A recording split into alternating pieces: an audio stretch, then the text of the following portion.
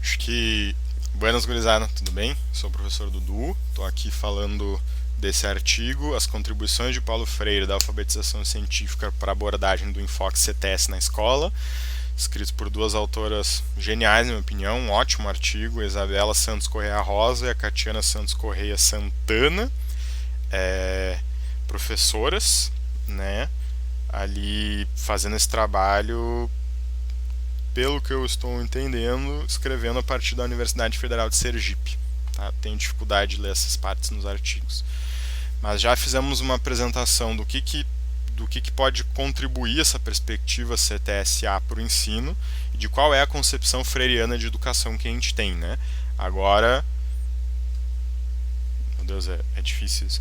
Agora a gente tenta entender como que estas duas grandes ideias, que são ideias grandes, complexas, que muita gente ajuda a construir, podem trabalhar juntas para contribuir para a alfabetização científica, né? E aqui eu estou necessariamente considerando que a alfabetização científica é um sinônimo de um ensino mais legal, um ensino melhor, mais efetivo. E estou aqui fazendo um exercício não só de revisão desse artigo, que muito provavelmente vou usar no meu mestrado, mas também de exercitar aqui as engrenagens de pensar um novo currículo para o cursinho popular onde eu milito, onde eu atuo junto com vários outros companheiros e companheiras. Eu fiz uma lista aqui ao longo da leitura de pontos, argumentações que eu acho que casam muito bem ou são comuns, né, a essa conceitualização do que é Paulo Freire, do que é CTS, ou então eles casam duas ideias diferentes de uma maneira muito boa, né? E eu vou fazer essa revisão da maneira que eu sei fazer, que é falando sobre esses pontos que eu anotei. É, Acho que primeiro, né? A gente tem que compreender esses três mitos que o CTS traz e a gente tem que trabalhar para superar eles. Eu, na fala do primeiro vídeo, já falei assim algumas evidências dos danos que esses mitos causam na sociedade, nas nossas percepções do mundo, nas nossas tomadas públicas de decisão. E eu acho que é justamente através dessas contextualizações que constantes, né, em todas as nossas aulas, que a gente pode ir superando esses mitos, né? A ciência não vai salvar o mundo tem vários problemas, muitos deles são produzidos pela ciência, muitos deles afetam a ciência e a tecnologia, né? O conteúdo ele é muito importante, gente. Eu acho que muitas pessoas que se consideram freirianas abrem mão do conteúdo, abrem mão ali da citologia, da termodinâmica, da maneira de calcular a solubilidade do tetrafluoreto de titânio, sei lá o que, porque consideram que esses são conceitos descontextualizados, que são conteúdos assim que não tem valor utilitarista na vida das pessoas, mas isso não é verdade, né? A gente vive numa sociedade de classes, uma sociedade onde existe uma classe trabalhadora que é negada acesso à sua própria produção, e eu estou dizendo que cientistas são trabalhadores também, e o grosso da sociedade mantém, financia, inclusive às vezes influencia a produção científica, mas não consegue acessar os resultados da produção científica. Então nós temos que saber sim, mesmo que eu seja um caixa do Zafari, mesmo que eu seja um pedreiro, mesmo que eu seja um recepcionista ou um detetizador, não importa a minha classe social, não importa qual a função eu cumpro na divisão de trabalho, eu tenho que entender como é que é produzida uma vacina, né? Eu tenho que entender como é que se faz a ciência. Eu tenho que compreender que o meu corpo se divide em sistemas e esses sistemas são feitos de órgãos, os órgãos são feitos de tecidos. O que é a célula? Porque, enfim, não vou me demorar nesses exemplos, mas acessar os conteúdos, as informações, os saberes científicos sistematizados pela nossa espécie é algo democrático e libertador e necessariamente precisa ser feito. O conteúdo precisa acontecer, ele não precisa ser leia uma página do livro, leia um livro de página tal a tal e tentem decorar esses nomes complicados aqui das biologia, das química e das geografia da vida, mas a gente tem que aprender o conteúdo científico, os saberes científicos, nem que sejam fundamentos dele, como é que funciona esse fazer científico. Eu acho que tanto CTSA quanto Paulo Freire propõem relações sociais mais democráticas, né? Eu acho que nós nos cursinhos populares temos a oportunidade de não só trabalhar com essas relações, né, mais horizontais entre colegas, entre professores e alunos e tudo mais respeitosas, mais acolhedoras, que ouvem mais do que falam, mas também de inserir essa ideia de relações sociais mais democráticas numa perspectiva radical, né? De questionamento do poder vigente, de questionamento da estrutura social, que é antidemocrática, que valoriza mais a voz de uns sobre as de outros, que invisibiliza alguns corpos, algumas mentes, algumas ideias, que mata alguns desses corpos, inclusive, né? A gente sabe muito bem. Sempre lembro que dia 14 de março é aniversário da morte da Marielle, que nós não sabemos ainda quem mandou matar. A gente sabe, né? Mas nós não temos ainda isso acontecido, esse processo passado na sociedade.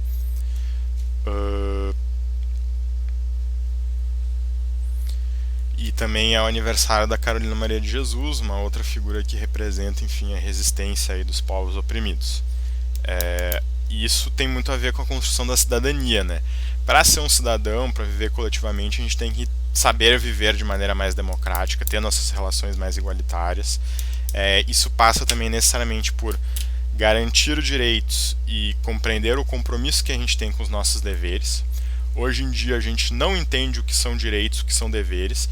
O que é direito, geralmente a gente confunde com privilégio. O que é dever, geralmente a gente confunde com direito.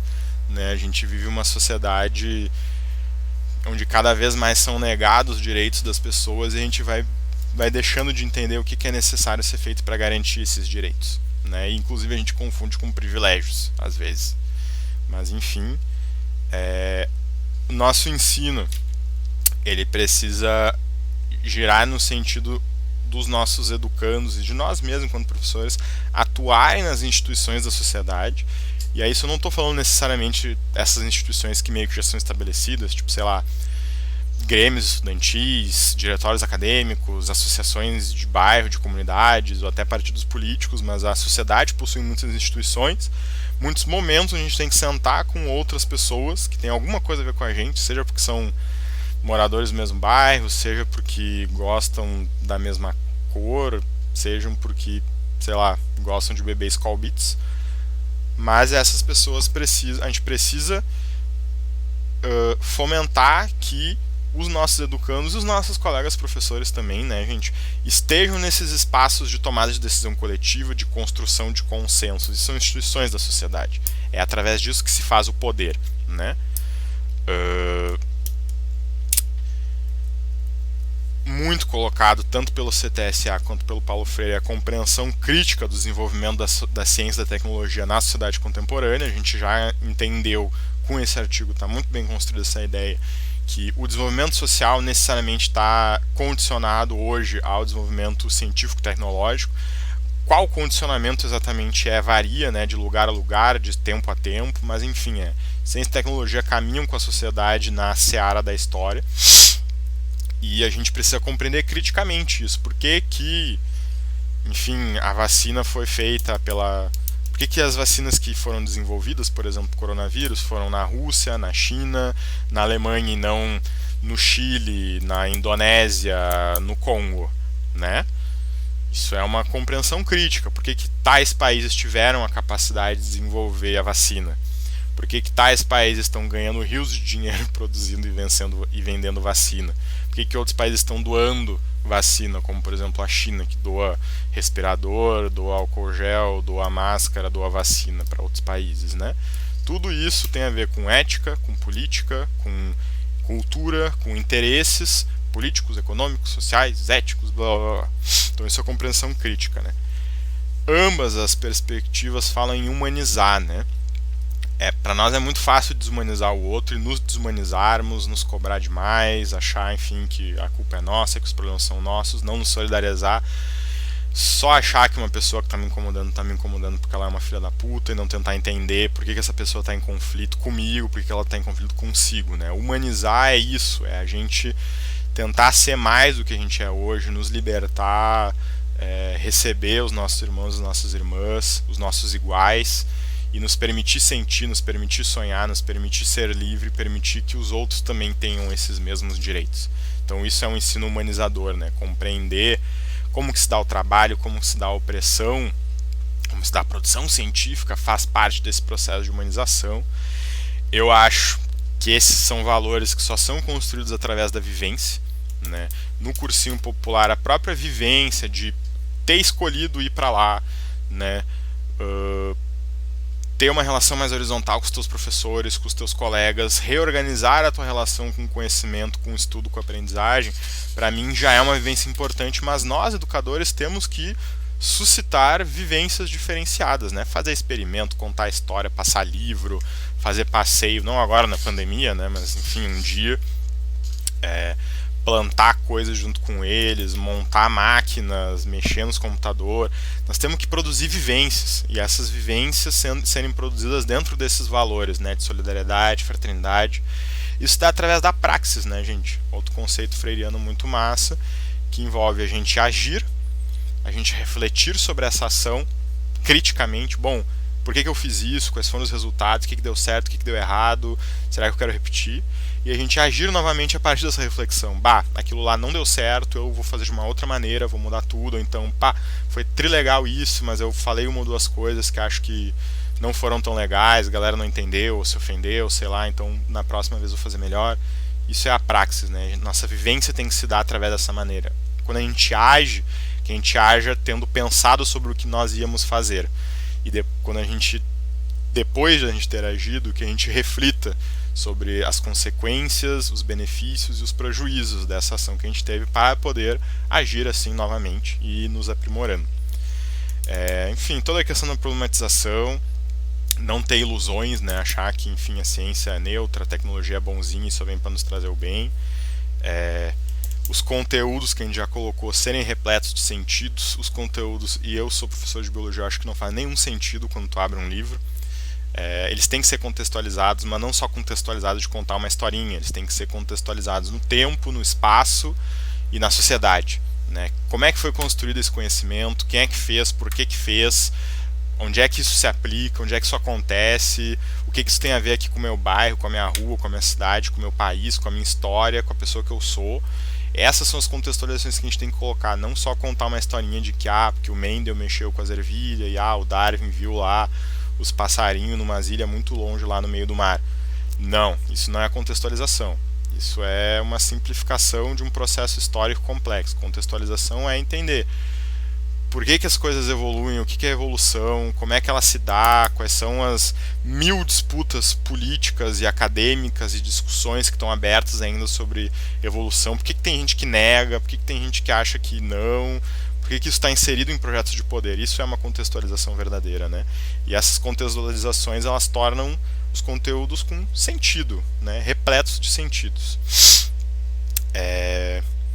Desvelar a questão humana é justamente contextualizar, compreender, ser crítico a essas coisas. Quando eu falo que A é B, eu tenho que construir com os meus alunos a ideia de ser crítico, entender por que A é B, né? Bom, eu posso concordar que A é igual a B, mas quais são as condições históricas e sociais e científicas e tecnológicas e econômicas que tornam A igual a B?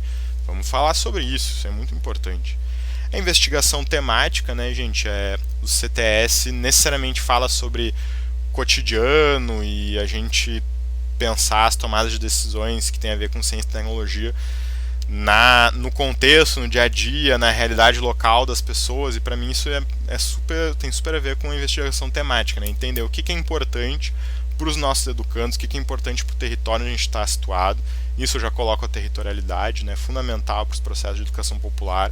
Nós não estamos fazendo um ensino igual aqui, igual é feito no Sudão, igual é feito na Polinésia, igual é feito no norte da Alemanha. Não. Tem coisas que são universais sim, né? E que precisam ser universalizadas, mas essas universalizações se dão com territorializações, né? Quais são as histórias, quais são as disputas, quais são os dramas que tem aqui no chão onde eu estou pisando e meus educandos estão pisando, na cidade, no estado, no país, na rua, no território, enfim. E para terminar, deixa eu ver aqui. a gente se aprofundar sobre a ciência, né, gente? Sobre a própria natureza da ciência, quem que produz ela, como produz, por que produz, quais são os condicionantes, de novo, históricos, sociais, territoriais, econômicos, políticos, para a produção da ciência. Nós temos que falar sobre método científico, sobre as críticas ao método científico, sobre as novas epistemologias do fazer ciência que existem hoje, como que é feita a ciência, quem são os cientistas e as cientistas, aproximar a gurizada da linguagem científica, né, ler artigo científico, galera, produzir, escrever artigos científicos, ok, com as limitações que a gente vai ter, mas fazer isso, né, colocar para esses conhecimentos tematizados, trabalhar os aspectos sociocientíficos, eu já falei 1000 vezes aqui, que são ambientais, são políticos, são econômicos, éticos, sociais, culturais, todo o pacote, né, em torno de tomadas de decisão, de resultados de conflitos, de processos históricos, de desastres ambientais, de desigualdades sociais, esses aspectos sociocientíficos, né? E é mais ou menos isso, sim.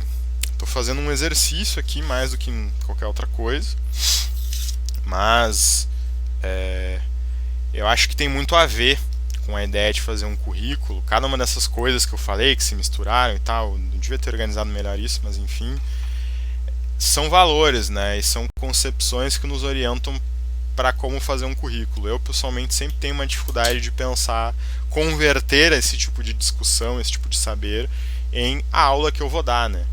Mas eu acho que a gente tentar organizar nossas aulas aí com as tais das metodologias ativas, tentar contextualizar de verdade os nossos conteúdos com essas temáticas que eu trouxe aqui, construir o objetivo e o planejamento das aulas junto aos educandos, na medida do possível, entendendo que a vida é dura, a gente tem limitações de tempo, de saúde mental, de disposição, até da própria turma, e colocar a questão social, né, no que a gente conversa. Eu, às vezes, brinco, faço uma lista dos conteúdos que eu tenho que dar e eu penso, bom, qual é a discussão que eu posso colocar nesse conteúdo? Vou falar de impacto ambiental, vou falar lá de Mariana, vou falar de célula, vou pensar, sei lá, transgênico, vou falar de câncer, vou falar de célula-tronco, falar de evolução, vou falar sobre especismo, sobre a destruição do meio ambiente, a extinção que a gente está causando em massa de outras espécies. Tem muitos assuntos, estou tentando fazer um exercício de organizar minha cabeça aqui e recomendo muito a leitura desse artigo na íntegra, simples, curto, rápido, bem construídas as ideias, tem uma série de referências muito boas que orientam muito para isso, né, de quem quer fazer uma educação freiriana e também científica, para alfabetização científica, que eu acho que são duas das unidades assim que a gente tem que somar no nosso projeto revolucionário e emancipador de educação. Até mais.